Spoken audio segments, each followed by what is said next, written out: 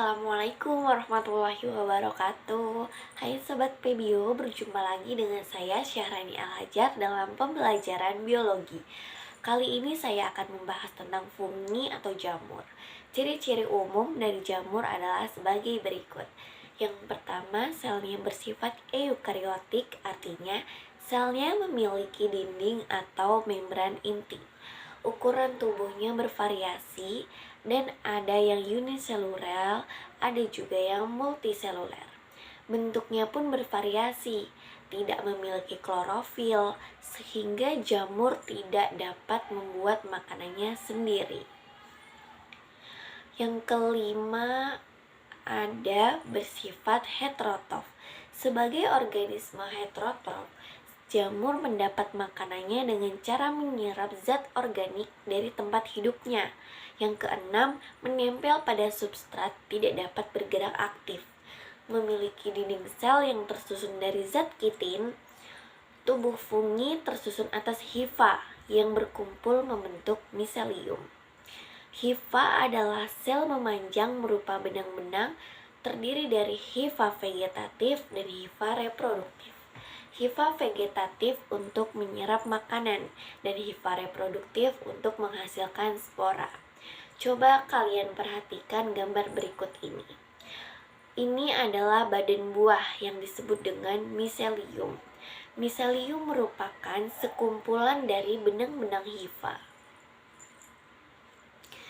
Pembahasan yang kedua yaitu cara hidup jamur.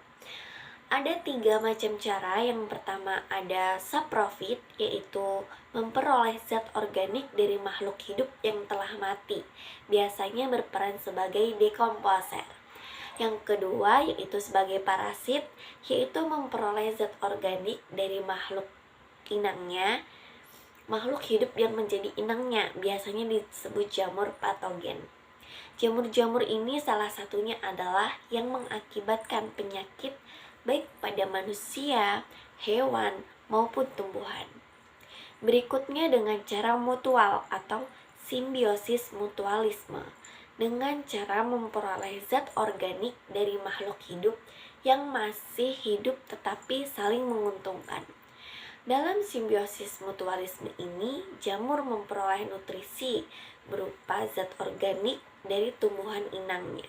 Sedangkan akar tumbuhan inang dapat meningkatkan penyerapan air dan mineral di dalam tanah. Contohnya beberapa jenis jamur yang bersimbiosis dengan akar tanaman yang membentuk mikoriza. Pembahasan yang ketiga yaitu ada struktur tubuh jamur. Ini adalah tutup jamur, yang ini lamela. Jika dipotong kecil-kecil akan terlihat hifa yang mengandung inti sel dan memiliki septa. Pada tangkai buah terdapat cincin dan ini adalah miselium, yaitu kumpulan dari benang-benang hifa. Pembahasan yang keempat yaitu cara reproduksi jamur adalah sebagai berikut. Dengan cara vegetatif atau aseksual dan generatif atau seksual. Reproduksi secara vegetatif atau aseksual untuk jamur yaitu ada uniseluler, membentuk kuncup atau tunas baru. Coba kalian perhatikan gambar sebagai berikut. Sedangkan untuk jamur multiseluler, yang pertama dengan fragmentasi hifa atau pemotongan benang-benang hifa. Pemotongan hifa yang terpisah akan membentuk jamur baru. Yang kedua, pembentukan spora aseksual dapat berupa sporangiospora dan conidiospora.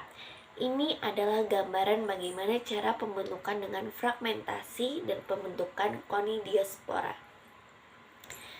Reproduksi jamur secara generatif seksual adalah sebagai berikut. Coba perhatikan gambarnya, dimulai dengan cara penyatuan hifa atau singgami melalui tahapan sebagai berikut. Yang pertama adalah penyatuan plasma sel atau plasmogami dari 2 sel menjadi 1 sel. Kemudian penyatuan inti sel atau kariogami dan akan membentuk jamur baru.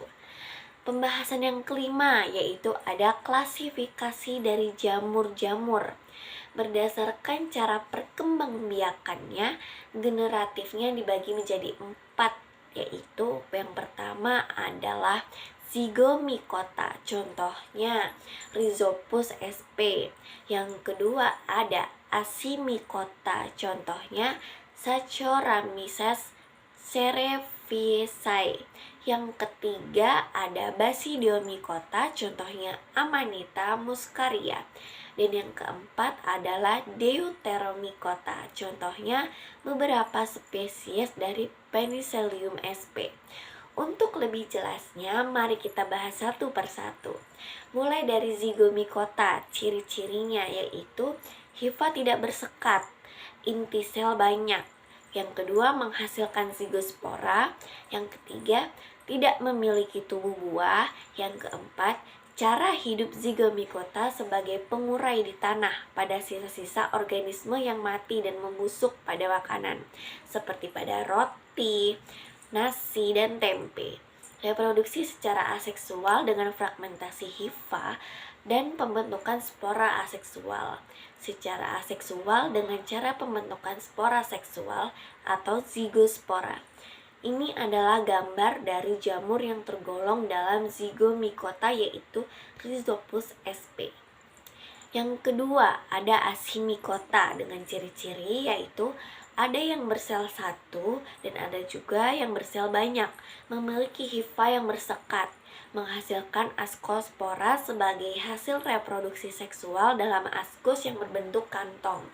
Reproduksinya secara aseksual dan seksual. Secara aseksual membentuk tunas atau uniseluler, fragmentasi hifa atau multiseluler. Pembentukan hifa aseksual berupa konidiospora. Sedangkan cara seksualnya yaitu dengan konjugasi atau uniseluler dan singgani yaitu multiseluler. Berikutnya adalah Basidiomycota dengan ciri-ciri sebagai berikut. Kelompok ini semuanya bersifat multiseluler, memiliki tubuh, menghasilkan basidiospora sebagai akar reproduksi seksualnya, cara hidupnya sebagai saproba atau pengurai.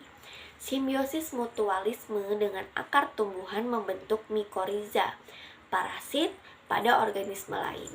Reproduksinya dengan cara aseksual yaitu dengan membentuk konidiospora dan cara seksual yaitu peleburan hifa yang berbeda jenis menghasilkan basidiospora. Peranan jamur dalam kehidupan manusia pertama yaitu yang menguntungkan dalam dapat dijadikan yang sebagai bahan makanan. Contohnya Volvariella volvaceae dan Auricularia polytricha. Yang kedua, dapat membuat makanan tertentu seperti Rhizopus arizoe, dapat membantu proses pembuatan tempe. Ada Saccharomyces cerevisiae membantu dalam proses pembuatan tape, dan Penicillium roqueforti membantu proses pembuatan keju. Dan dapat juga menghasilkan zat antibiotik, contohnya Penicillium notanum dan Penicillium rhizogenum, dan sebagai pengurai. Jamur yang merugikan diantaranya satu, penyebab makanannya basi atau busuk yaitu Rhizopus tholomiger. Yang kedua, penyebab penyakit baik pada manusia, hewan, dan tumbuhan. Yang ketiga, pelapukan batu-batuan. Yang keempat, dan beberapa jenis yang beracun. Demikianlah penjelasan materi yang bisa saya berikan mengenai jamur. Terima kasih, semoga bermanfaat. Wassalamualaikum warahmatullahi wabarakatuh.